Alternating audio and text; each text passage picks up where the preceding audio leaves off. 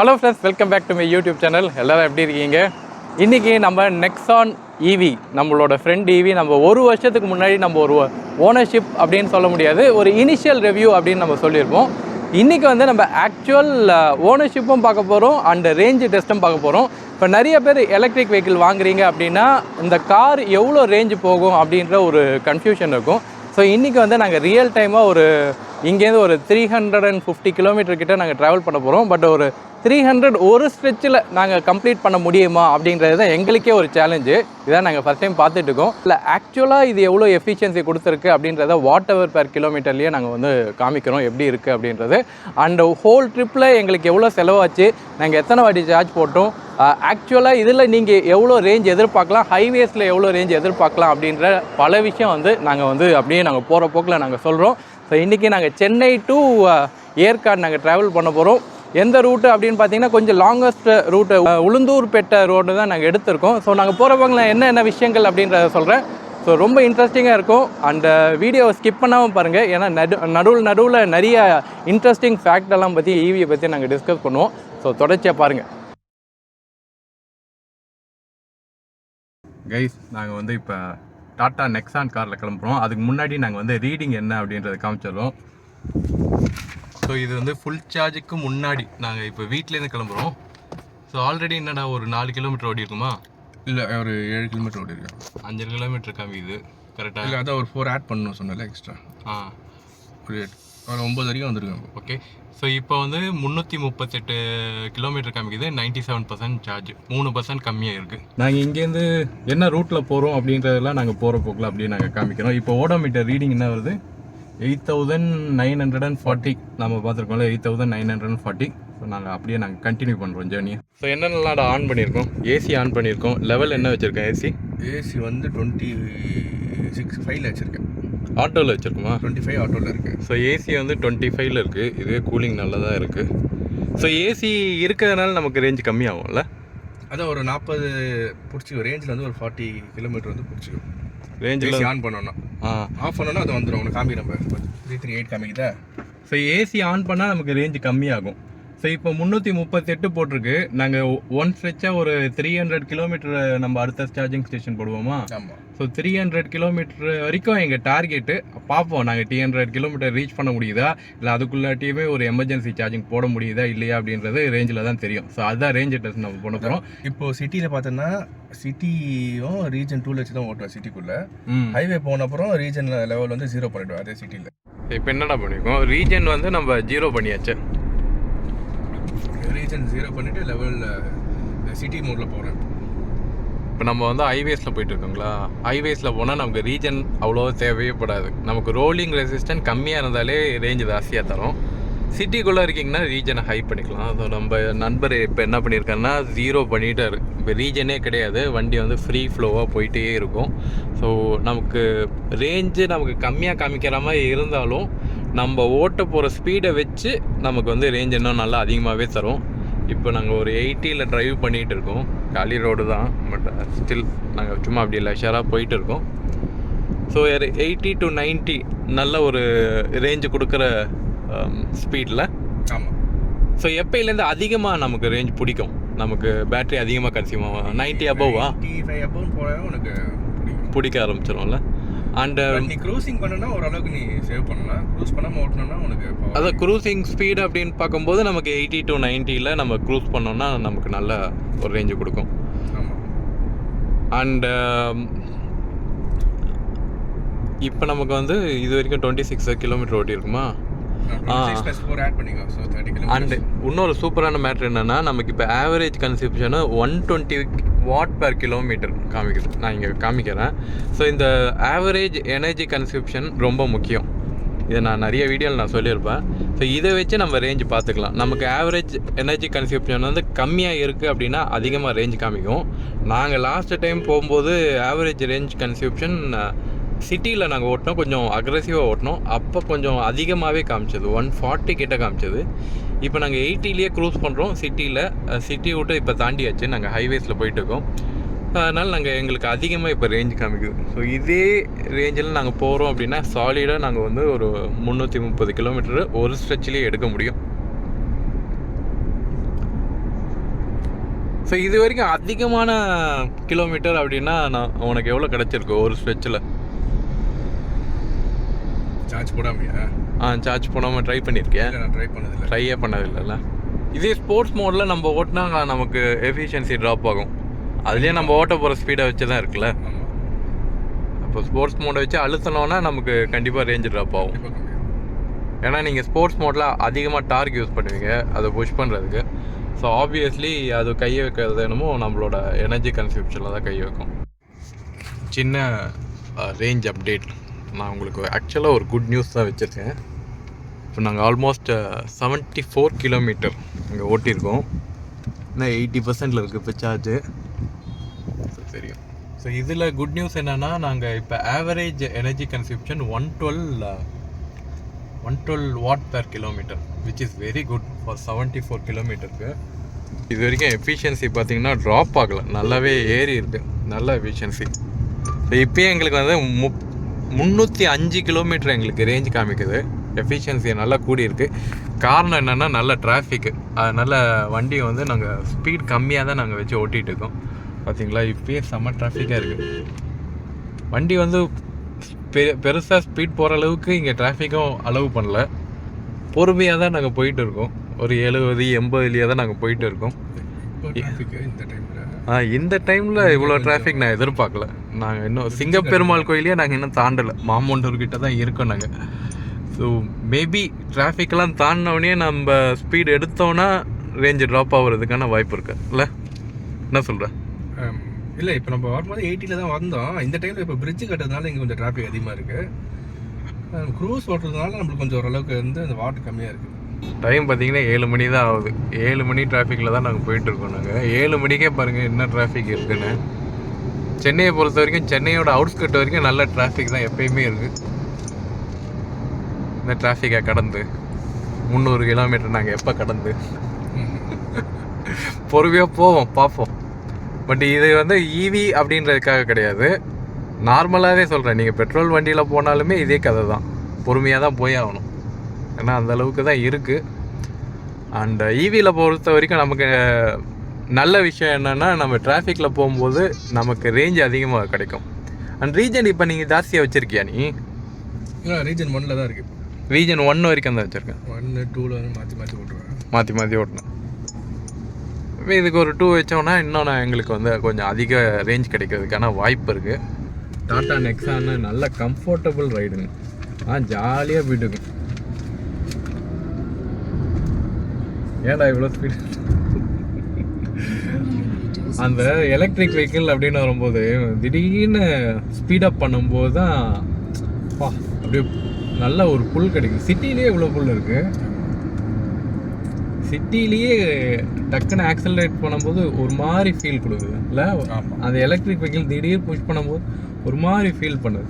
நம்ம ஸ்போர்ட்ஸ் மோடில் பண்ணும்போது கொஞ்சம் அன்ஈஸியாக தான் இருக்கும். இந்த ஃபீல் ஆக்சுவலாக நல்ல ஃபீல் இல்லை. கேட்கணும் வச்சேன், நீ வண்டி ஓட்டும் போது இந்த எலக்ட்ரிக் வண்டி ஓட்டல எப்படி இருக்கும் ஃபீல்? ஸ்போர்ட்ஸ் பாருங்க, ஹெட்ரூமு டிரைவருக்கும் ஆல்மோஸ்ட் இவ்வளோ ஹெட்ரூம் இருக்குது, விச் இஸ் குட் தான். அந்த சன்ரூஃப் ஓப்பன் பண்ணால் இன்னும் கொஞ்சம் ஏரியா இருக்குது. மிச்சபடி எல்லாம் கம்ஃபர்டபுளாக தான் இருக்குது ரைடு. பேக்கில் தான் நாங்கள் ஃபுல் லக்கேஜும் வச்சுருக்கோம். ஸோ எனக்கு ஹெட்ரூம் இவ்வளோ இருக்குது. இடிக்கலை எங்கேயும் இது வரைக்கும். வண்டி ஹெட்ரூம் வந்து சஃபிஷியண்ட்டாக இல்லை அப்படின்ற மாதிரி இல்லை. ஹைட்டு எவ்வளோ? 5'11" நீ 5'10"? நம்ம 2 பேரும் ஒரே ஹைட்டு தான்டா, பெருசாக நம்ம ஹைட் டிஃப்ரென்ஸ் இல்லை. அதனால தான் நீ உட்காரும்போது உனக்கு ஹெட்ரூம் எவ்வளோ இருக்குது அப்படின்னு பார்த்தோம். 99 கிலோமீட்டர்னு சொல்லிட்டு ஒரு காஃபி ஷாப் இருக்கும்ல, அது நாங்கள் இப்போ தான் கலந்தோம். ஸோ டெக்னிக்கலி சிட்டிலேருந்து 100 கிலோமீட்டர் நாங்கள் வந்தாச்சு. ஆனால் நாங்கள் இப்போ ட்ராவல் பண்ணது 110 கிலோமீட்டர். ரீடிங் வந்து 109 காமிக்குது. இவன் வரும்போதே ஒரு 4 கிலோமீட்டரோட ட்ரிப்பை போடாமல் வந்தாச்சு. ஸோ ட்ரிப்பு ரீசெட் பண்ணது ஒரு 4 கிலோமீட்டருக்கு. ஸோ ரீடிங் படி பார்த்தா 109 கிலோமீட்டர் நாங்கள் வந்திருக்கோம். ஸோ அஃபிஷியலி நாங்கள் என்ன சொல்ல வரோம்னா 100 கிலோமீட்டர் நாங்கள் கடந்தாச்சு.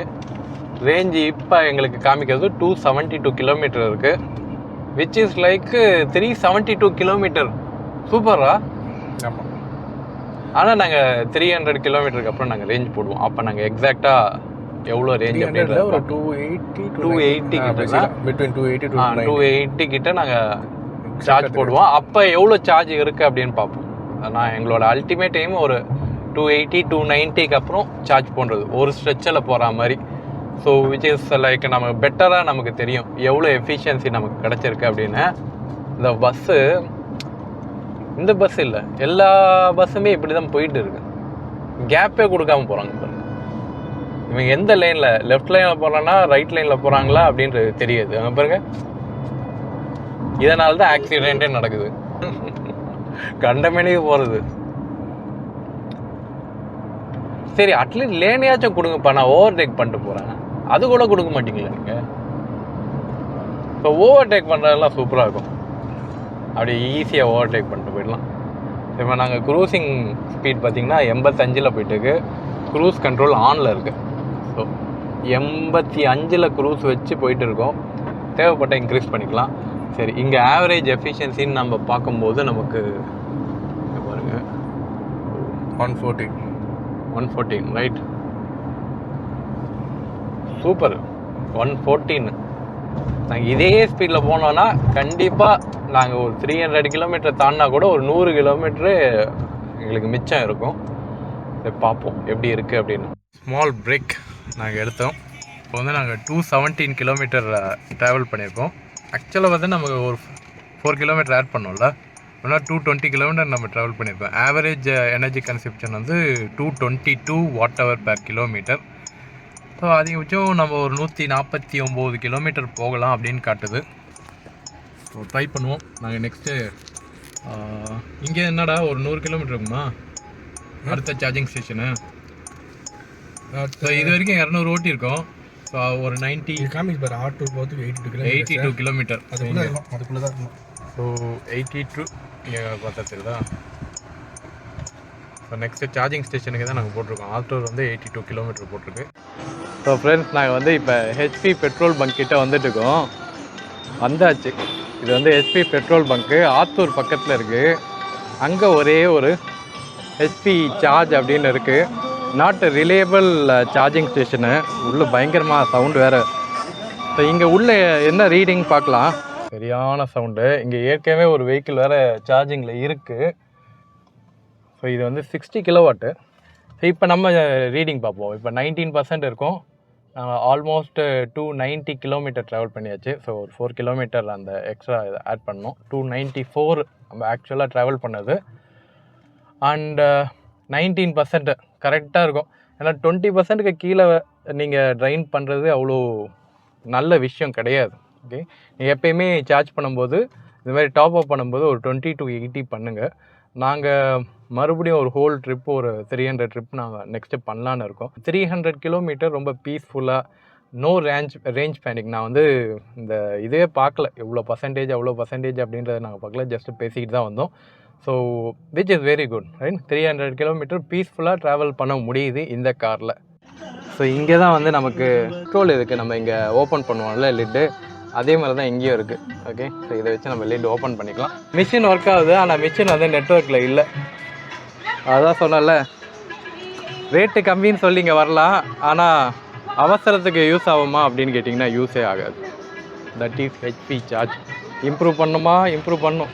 ஸோ இங்கே ஜூனியர் குப்பண்ணா இது பக்கத்தில் வந்து ஒரு மிகப்பெரிய ஜியான் ஃபாஸ்ட் சார்ஜிங் ஸ்டேஷன் இருக்குது. ஜியான் வந்து சரியான ரிலேபிளான ஒரு சாய்ஸ் அப்படின்னு நினைக்கிறேன். ஆல்மோஸ்ட் 300 கடந்தாச்சுங்க. கரெக்டாக இங்கே வரும்போது சென்னை டு இந்த ஜியான் ஃபாஸ்ட் சார்ஜிங் ஸ்டேஷனுக்கு 300 கிலோமீட்டர் காமிக்குது. ஸோ இங்கே நாங்கள் வந்து ஸ்டார்ட் பண்ணிட்டோம். 16% சார்ஜில் நாங்கள் ஸ்டார்ட் பண்ணியிருக்கோம். இங்கே ப்ளக் போட்டவனே சார்ஜ் ஸ்டார்ட் ஆகிடுச்சு. ரிப்பேர் ஆகிடுச்சா? Sad news. இங்கேயும் ஜியான் சொதப்பிடுச்சு. அந்த சார்ஜிங் கன் ஒர்க் ஆகலையா. ஸோ நாங்கள் அது ஒரு புதுசாக ஒரு சார்ஜிங் ஸ்டேஷன் நாங்கள் அப்பயே யோசிச்சோம், அங்கே ஒன்று இருக்கே போய் போடலாமேன்னு. இப்போ நாங்கள் நெக்ஸ்ட் அங்கே தான் போயோம். இதுதாங்க பிரச்சனை. சில இடத்துல சார்ஜிங் ஸ்டேஷன் இருக்குன்னுவாங்க, அப்புறம் வந்து இருக்காது. 2 பேரும் ஒரே இடத்துல சார்ஜிங். சரி, இங்கேயாச்சும் ஒர்க் ஆகுதான்னு பார்க்கலாம். 45 to 1 hour ஆகிடுங்க. நாங்கள் ஆல்மோஸ்ட் 90% மேலே தான் சார்ஜ் பண்ண போகிறோம். இதுக்கப்புறம் மவுண்டைன் தான் ஏற போகிறோம்.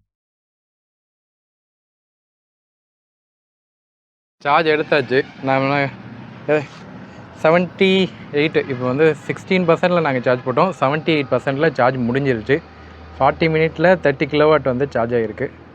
944 ருபீஸ். கிலோவாட் வந்து 2649 டேக்ஸ் இல்லாமல். 18% எக்ஸ்ட்ரா. அப்படி போட்டால் நம்மளுக்கு 27 ரூபா வந்துடுதா. வியான் கொஞ்சம் காஸ்ட்லி தான். ஏற்கனவே கொஞ்சம் காஸ்ட்லியாக தான் இருந்தது, இப்போ ரொம்ப காஸ்ட்லி ஆகிடுச்சு. சரி, இப்போ ஆன் பண்ண எவ்வளோ சார்ஜ் காமிக்குதுன்னு பார்க்குறோம். நாங்கள் இப்போ ஆத்தூர்லேருந்து கிளம்புறோம். ஸோ நெக்ஸ்ட்டு நாங்கள் வந்து 84 கிலோமீட்டர். இதில் வந்து மவுண்டெயின் ரைடு இருக்கும். ஸோ ஆப்வியஸ்லி மவுண்டெயின் ரைடு அப்படின்னும் போது நம்ம இந்த கிலோமீட்டர் அதாவது 274 போகுது அப்படின்னா கொஞ்சம் நமக்கு ட்ராப் இருக்கும் மவுண்டெயின் ஏறும்போது. ஓகே, நார்மல் ரோடோடு போகும்போது நீங்கள் இன்க்ளைண்ட் ஏறுறீங்க அப்படின்னா கண்டிப்பாக ட்ராப் இருக்கும். இப்போ நமக்கு எவ்வளோ வாட் பேர் கிலோமீட்டர், இது வரைக்கும் எவ்வளோ வாட் ஹவர் கிலோமீட்டர் நமக்கு காமிக்குது? ஸோ லாஸ்ட் வாட் ஹவர் நமக்கு பார்த்தா 127 வாட். 40 டிகிரி செல்சியஸ் வெளியில் இருக்கிறதுனால இப்போ ஏசி வந்து எடுத்துகிட்டு இருக்கு.